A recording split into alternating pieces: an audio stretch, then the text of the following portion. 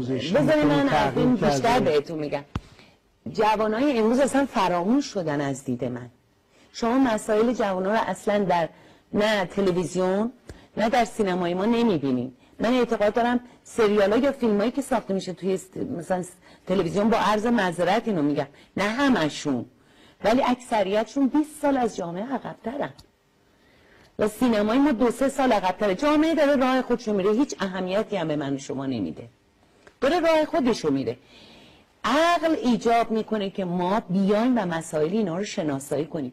یه مسئله رو مثلا تو همین فیلم ما مطرح کردیم به نام جاست فرند. بله. الان بیداد میکنه تو زندگی های شهری. فکر نکنین این فقط یه شوخیه ما میکنیم و ازش میگذاریم، ولی من یکتون این اشاره نمیبینم تو تلویزیون.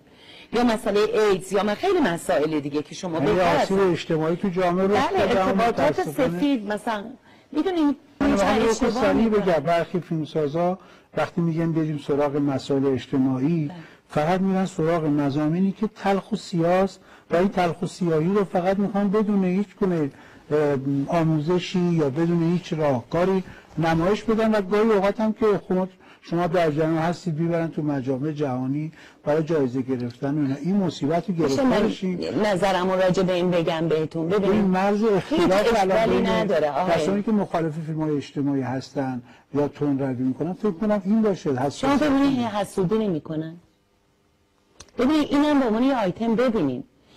ببینید آقای گرل، ما مملکت بزرگی داریم، بسیار تماشاگران زیادی داریم، ما میتونیم هر نوع فیلمی رو بسازیم. من با شما اصلا موافق نیستم فیلم سیاه بی‌معنیه. یه کسی زاویه دیدش راجع به یه پدیده اینه. من وقتی به شما میگم مسئله ایدز، مثلا من طرحی رو دادم اینجا تصریف شد سیما فیلم، مسئله این بود که بگیم آقای خانم های خانه‌دار شما میتونین از طریق شوهر آلودتون که تزریقیه صدمه ببینین و بهشون پیشگیری و آموزش بدیم. لازم نیست همه چی مسائل اوریان گفته بشه. خب الان تعداد زنای خانه‌دار ما 10 برابر شده، آلوده شدن. اینا همون چاییه که بهتون خدمتتون میگم، در پوشاییه که گذاشته میشه روش. متوجه منظورم میشید؟ بله. اگر نظر منو میخواین، من به هیچ عنوان اعتقاد ندارم آدما شبیه من باید فکر کنن. من فیلمسازی هم کار خودمو میکنم. فیلمسازی هست که فیلم‌های اجتماعی سیاه میخواد بسازید. چرا فکر میکنین فستیوالا از ما استفاده میکنن، سوء استفاده میکنن؟ مثلا با این حرف کاملا مخالفم. مگه بیکارن به ما توجه کنن؟ اصلا مگه بیکارن؟ ما اینقدر دشمن برای چی میپروریم؟ من با این کلمه دشمن مشکل بسیار جدی دارم. شما میدونی اصلا بیس این که ما هی دشمن خیالی میسازیم چیه؟ نه دشمن خیالی که نه دشمن خیالی. من به شما یک چیزی میگم. من اگر شما حرف منو نپذیرفتین هر چی بخواید ببینید، ما دائما مثلا تو رسانه میگیم فرهنگ غربی این کارو که فرهنگ غربی به ما حمله کرد، دشمن منتظر از ما تو بگیره اینا. حالا دشمن اگه بفهمیم ما چند تا ایدزی داریم تو جامعه، مثلا چه میخواد چه سوء استفاده از این بکنه؟ مگه الان ما میدونیم آلمانیا چقدر بیمار ایدزی دارن یا آمریکا چقدر مثلا هموسکسوال داره، یا مثلا چه فرقی برای من و شما میکنه؟ ما مسائل خودمون رو مطرح نمیکنیم، مثلا آلمانی ممکنه سوء استفاده کنه.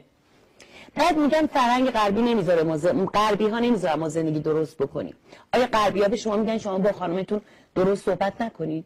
میگن دندونتون رو مسواک نزنید، میگن حموم نکنید، میگن زبون آلمانی یاد نگیرید، میگن تو شغلتون گوش نکنید.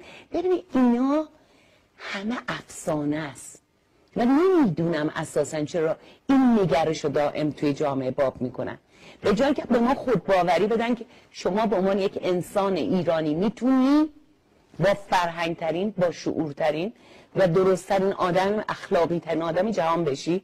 دائم میگم بترسا، اینو نگو. من مشکل جدی با کلمه آبرو دارم آقای. آبرو روزگار ما رو سیاه کرده. جناب آقای وزیر کشور تشریف بردن خانه سینما، من باشون جلوی البته بچهای کارگردان صحبت میکردم، گفتم واقعا یه کاری بکنید یه بازنگری بشه در کلمه آبرو. آبرو یعنی این که خدای نکرده کسی مورد تجاوز یکی از محارم قرار میگیره ولی از آبرو هیچی نمیگه، کتک میخوره هیچی نمیگه، بهش 1001 ظلم میشه به خاطر آبروی خانواده هیچی نمیگه. خب اینا آسیب ساز. بعدن این خشمایی که درونه اینا وجود داره به صورت بسیار بدی بروز میکنه. شما این اراذل و باش که آفتاب اینا میندازیم جدی بگیرید، اینا اغلبشون تو کودکیشون مورد تجاوز قرار گرفتن، بسیار مورد بی‌اعتنایی جامعه قرار گرفتن و یه واکنش نشون میدن. ببینید ما یه اتفاقی داره تو جامعهمون میفته که هممون نسبت بهش بی‌توجهیم. ممکنه ربط مستقیمی به فیلم آتش بس 2 من نداشته باشه این بس. اخیراً من می‌دیدم که وزارت نیرو و مسئولین به مردم میگفتن آبو کم مصرف کنید چون ما صدامون خالی شده و آب نیست و اینا، ولی مردم اعتنا نمی‌کردن. میدونین چرا؟ فکر چرا؟ شما بفرمایید. چون مردم خودشون از اونو نمیدیدن، چون مردم هویت ملیشون و هویت شهریشون و قومیشون رو دیگه فراموش کردن، برای اینکه دائم جمع هراسی شده و هممون فردگرا شدیم. هر کدوم ما گلیم خودمون رو داریم از آب میکشیم بیرون، از مالیات فرار میکنیم. چرا فرار میکنیم؟ چرا سوئدی از مالیات فرار نمیکنن؟ برای اینکه به دولتشون باور دارن، چون مطمئنن این پول جای خوبی هزینه میشه. به نظر من حتی تو این مسائل ما باید بازنگری کنیم، دوباره هویت فردی، قومی، خانوادگی، شهری، کشوری، ملی، مذهبی رو برگردونیم به مردم. اینو بیشتر از همه ما نابود کردیم توی جامعهمون.